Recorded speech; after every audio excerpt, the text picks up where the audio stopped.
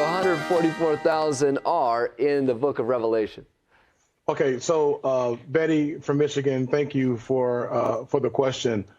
This has been one of the most debated topics, one of the most debated topics in the Bible, and it will be debated it's going to be debated until the Lord comes back.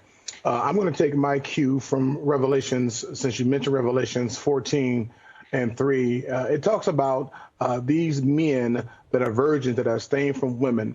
And the way it's written, they had a song that only they could sing. So these have been argued and researched that these men were handpicked and sealed for this time, standing from the joys, if you will, of the flesh, and standing from worldly ways. And they were honored, being able to be, some say Jews that were Jews that were called out to evangelize until the day of the Lord coming. So different variations on the story, but Revelation says these were men that were virgins that abstained from women, that had a song that only they could sing. So I'm going to leave it that way because Dr. Parker's coming behind me, and he's going to give you some stuff that you can go ahead and research.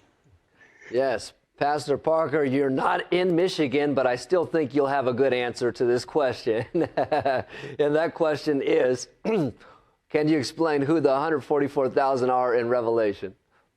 Well, I appreciate that answer because you're trying to stay within the context of the Bible. Within that particular context, there are 12,000 coming from 12 tribes. Of course, that represents the 12 tribes of Israel. And so more than likely, these were Jewish individuals. And they were set aside during a very difficult time on this planet, during a time where there's just great chaos. But it's so interesting that in the midst of all the chaos, God always have a remnant to represent who he is.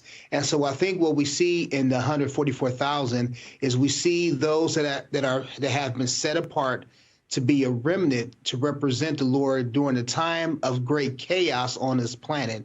And so it's just a testimony that even in the midst of the storm, God always preserves some to be a witness and give testimony to who he is. Amen. And just to clarify what's already been clarified, Overseer Renee, is there only going to be 144,000 in heaven, or is there going to be more than that in heaven? Bishop Davenport has already indicated this is a issue that's debated back and forth.